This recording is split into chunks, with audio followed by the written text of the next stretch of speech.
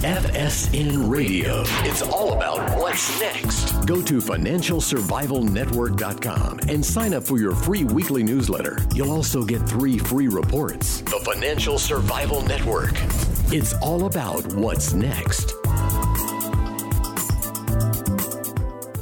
Welcome. You are listening to the Financial Survival Network. I'm Kerry Lutz. It's a 9/20/19. We're 2/3 way done with this month, and it's been, well, like every month before it, like every month since November of 2016. Well, you just can't make this stuff up. So I'm going to read you something and tell me who you think this is. No man ever entered the presidency so profoundly and widely distrusted. If you thought that phrase was applicable to the current occupant of the White House, you would be wrong. We're talking about Chester A. Arthur, and we're going to hear from the author of the book, In Chester A. Arthur, The Accidental President, published by Regnery Books, just came out 3 days ago. I suggest you check it out. The author who's on with us now is John M. Pafford. And John Chester Arthur, he's kind of obscure, he's kind of been forgotten, but there's a lot of parallels to him and the current occupant of the White House, Donald J. Trump, isn't there? There are some interesting parallels, yes. And so he wasn't, he wasn't a politician. Well, in this case, he did serve in the militia, but he was widely distrusted. But he surprised them all, didn't he? Well, there are those interesting parallels. There's a difference, though, in that Arthur was serving in government, not absolutely totally in the private sector, as with Donald Trump. So Arthur was part of the New York State Republican machine, a very effective organization headed by Roscoe Conkling. Arthur was not personally a corrupt individual, but he definitely was part of the machine. He was an upper-level operative in that organization. The most important position he held was as collector for the port of New York. And in that position, he was responsible for about 1,000 people. He had an organization with about 1,000 people in it, and through the Port of New York, about 70% of American trade duties were collected.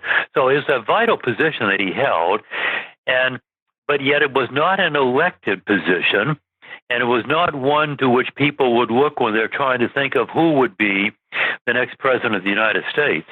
I'm sure not. That's for certain. And the port has always been a corrupt entity in New York State. It's always been a cash cow, and in fact, it was very prosperous nonetheless until the government took it over through the formation of the Port of New York and New Jersey Authority, as they call it. So, but that aside, so Chester A. Arthur, how did he wind up there? He doesn't, on the outside appearances, he doesn't appear to be an ambitious sort who would be seeking this office. He's an interesting figure, a very intriguing man. He, first of all, was a very intelligent individual. He went to Union College in upstate New York, studied the classics. He graduated in 3 years at the age of 18 from Union College, and he graduated Phi Beta Kappa, one of only 4 American presidents who were qualified for Phi Beta Kappa. He then did private study in New York for the law, passed the bar examination, practiced law, but then entered into the New York State Republican Organization, as I mentioned, headed by Roscoe Conkling, and rose to be collector of the Port of New York. He was not personally a crook. That is, you didn't pay bribes directly to Chester Arthur. He didn't have his hand in the cookie jar raking out a percentage of the money that came through the port, but he was definitely part of an organization which demanded of people who worked under it that they pay to support the organization. So roughly 1,000 people who worked under Arthur in the port of New York were expected to pay what you could call dues into the Republican organization. That was definitely expected of them. And he was very clearly an upper echelon machine politician. The reason he was on the Republican ticket in 1880 is that the state of New York was vital for Republican chances of winning the presidency. There were a couple of politicians ahead of Arthur who rejected the opportunity to be vice president. There was an expectation that this might not be a good Republican year. Arthur took the spot, and he was serving under Garfield, and Arthur was anticipating that this would be the capstone of his career. Having served a term as vice president, he could then move on and feel that he has achieved something. Then Garfield was assassinated, and within only 6 months of when the ticket took office in March 1881, Arthur is president of the United States. Most unexpected. Yeah, for sure. And he proved he rose above his origins, proved to be a good president. Yeah. Well, John Nance Gardner once mentioned about the vice president. He described it as not being worth a bucket of warm piss. Now, that has been changed, that quote, over the years to say a bucket of spit. Not much difference. A bucket of warm, they could say boulderized. Yeah. So that bucket of warm spit. Yeah, right. And so, but Arthur never looked at it that way. It was his final goal, his final political resting place. But then, like you said, Garfield was assassinated, and Chester Arthur was there. So once he was there, and obviously he didn't really owe anybody anything other than the New York machine, but at that point they didn't make him president, so they had to put, vice president was the kind of thing, somebody's got to do the job, just give it to a guy who won't. The first requirement is that he won't hurt us, kind of like Joe Biden, and the second requirement is that he may bring along a few votes that you wouldn't have otherwise gotten. And so, but then to everybody's shock, Arthur outperformed all expectations, according to your book, right? FSN Radio. It's all about what's next. Trilogy Metals is a world-class developer in Alaska's Ambler mining district. The company already possesses 8 billion pounds of copper, 3 billion pounds of zinc, over 1 million gold-equivalent ounces, and now over 77 million pounds of cobalt. Trilogy's Arctic project boasts an after-tax net present value of $1.4 billion with a 33% IRR. Trilogy is led by an experienced management team with proven success in discovering and developing projects in Alaska. The company is well capitalized, has no debt, and possesses strong institutional support. Trilogy trades on the New York and Toronto exchanges under the ticker symbol TMQ. To learn more, go to trilogymetals.com. That's trilogymetals.com. The Financial Survival Network. It's all about what's next. Yes, very definitely. And he did prove to be a very excellent president in terms of what he accomplished. Now, first of all, he's not one of our better-known presidents for several reasons.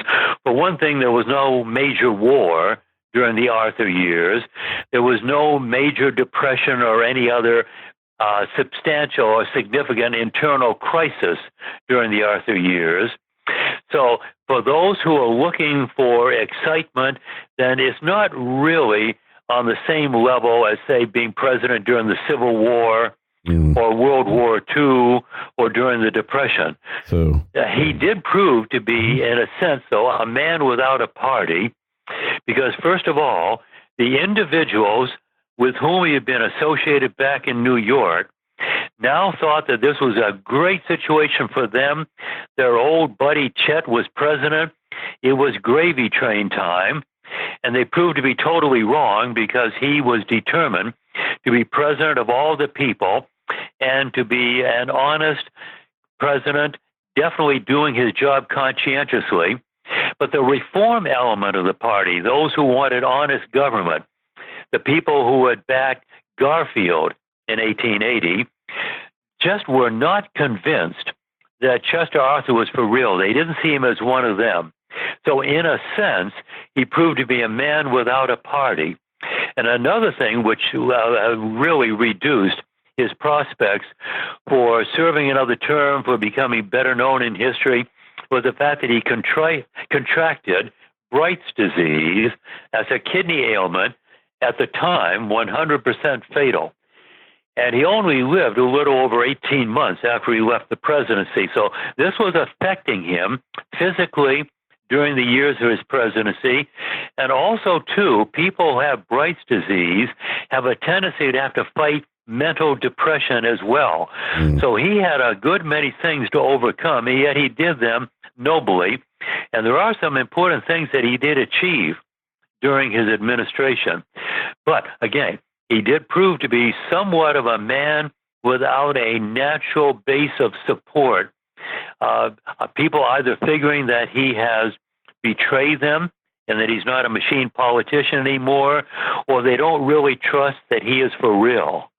Yeah, in a lot of ways, he reminds me of Coolidge. Like you said, there was nothing real exciting going on during his term. He just focused on the actual administration of government, improving it, revising, reforming civil service rules, hiring rules, etc. I'm looking at a couple of quotes here. One from Mark Twain said, "It would be hard indeed to better President Arthur's administration." And there was another quote here that I really liked. By Alexander McClure, who worked for the New Yorker. "No man ever entered the presidency so profoundly and widely distrusted as Chester Alan Arthur, and no one ever retired more generally respected alike by political friend and foe." So that kind of sums it up, huh? It really does. And there were battles he did fight during his administration, again, not on the same level as the better-known presidents, such as those in office during a major war or an economic crisis. But, for example, he did really get started the revival of the United States Navy. In 1865, when the Civil War ended, the United States Navy was second only to the British in power, but the United States stopped spending money on the Navy, and the Navy sank. So many times in our history, we will gear up to fight a war.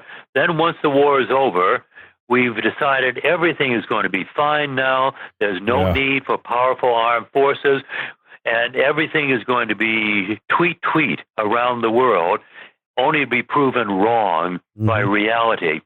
So the United States Navy, by 1880, when the Garfield-Arthur ticket was elected, had sunk to 12th in the world.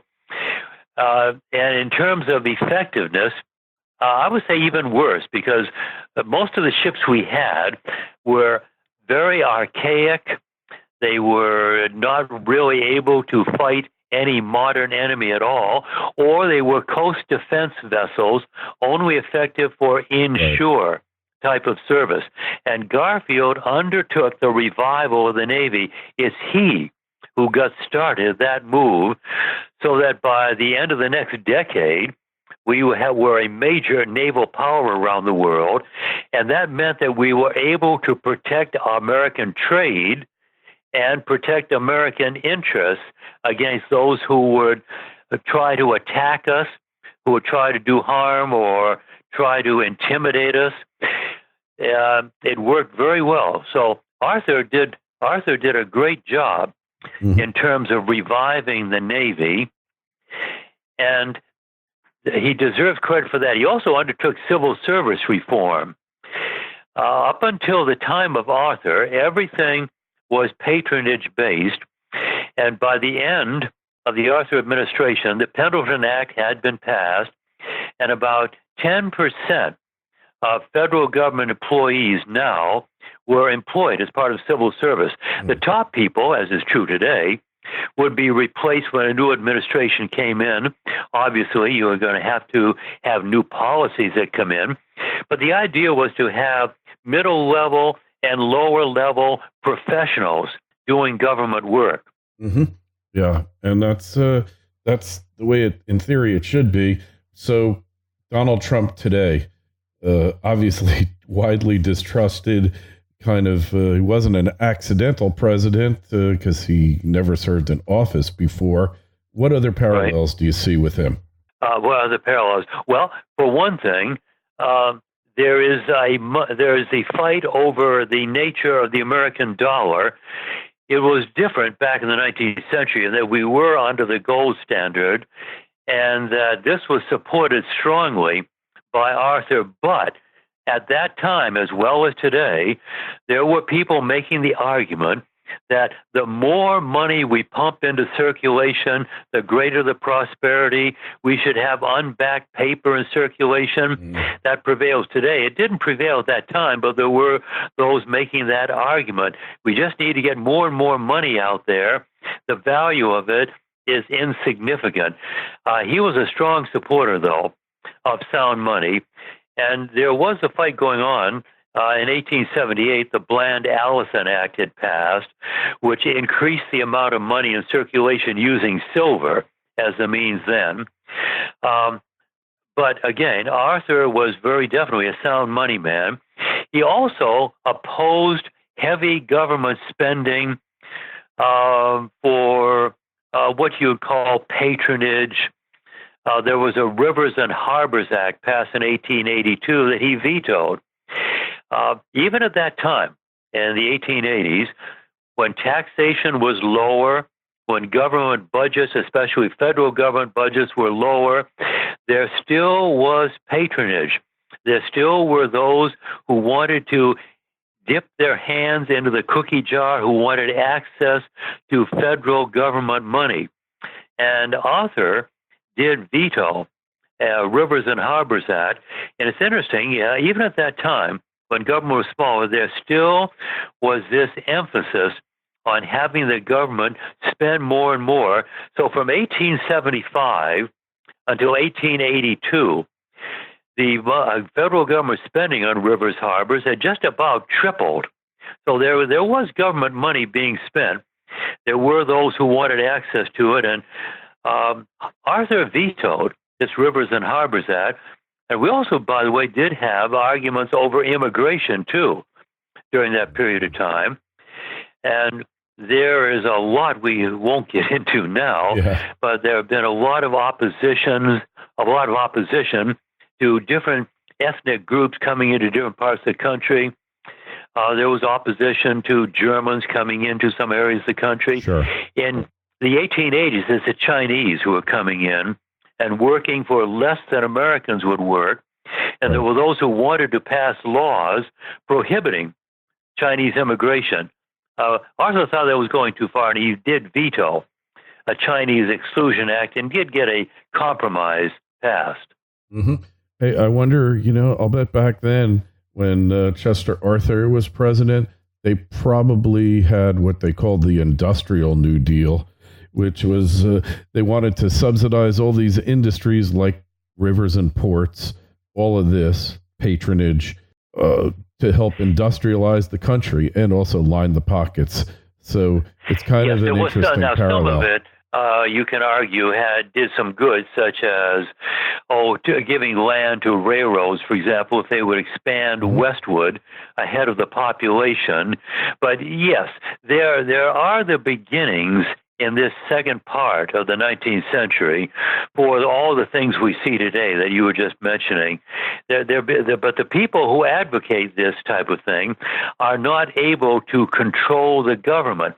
And both the Republican Party and the Democratic Party at this time are really relatively conservative. In fact, just a little later under Grover Cleveland, the Democrats will actually be a little bit more conservative than the Republicans. Mm-hmm. And it's so bad that the liberals had to go off and start a third party. Sounds like now. Sounds like yes, but then in 1890, the conservatives were a lot stronger back then, though. Mm-hmm. And you've got liberals, I think, who've got a good control of the Democratic Party today.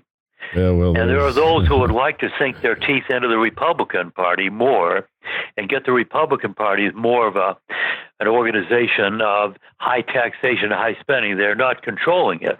definitely. So the Republicans are still doing better, but they do control the Democrats. And finally, in 1896, William Jennings Bryan would win the Democratic Party nomination, and the Democrats would, by and large, from 1896 down to the present day, be a party of taxation and spending.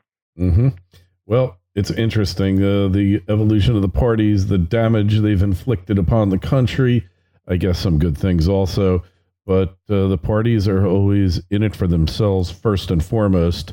Country comes second. Maybe some things never change, but fascinating book, Accidental President. You think about it, and really, it's a lot of our presidents and some of our best presidents are accidental presidents, in fact. So, it's a thing. The more things change, the more they stay the same, right? That's right. And some of those accidental presidents are worth knowing more about. Arthur is one of those. There is some real substance to him. Others really don't give you too much that's impressive. Yep. So the book is Chester A. Arthur, The Accidental President. Person you've been listening to is the author of that book, John M. Pafford. Like I said, it's on Regnery. Regnery is a great publisher, especially of these history books that there just doesn't seem to be a huge market for anymore. And we're thrilled to be interviewing you, John. We wish you the best of luck on the book. You can get it on Amazon or wherever fine books used to be sold. And John, hopefully you'll come back and you write your next book. Any thoughts who that's going to be about? I'm still fascinated by these little-known presidents, and one man who does intrigue me, I might do him, is William Henry Harrison, who was president only for 1 month, but he was an outstanding general and a man with a lot of good qualities, but because he contracted an illness and died after only 30 days, oftentimes he's joked about or people sort of pass over him too glibly. But there are some of these lesser-known presidents who do deserve to be better known. But I must keep repeating that there are some of the lesser-known presidents who deserve to be lesser known. All right. Well, I want to know more about William Henry Harrison. I want to know more about Martin Van Buren, Zachary Tyler, right? All those guys. I want to know more about. So maybe a series of obscure presidents who really weren't that obscure. Maybe that's a long time in coming, and we can't wait to see your book on Harrison for sure. Anyway, good luck there, and hey, we really appreciate you coming on, John. We'll talk to you again soon. Thank you very much. FSN Radio. It's all about what's next. Go to financialsurvivalnetwork.com and sign up for your free weekly newsletter. You'll also get 3 free reports. The Financial Survival Network. It's all about what's next.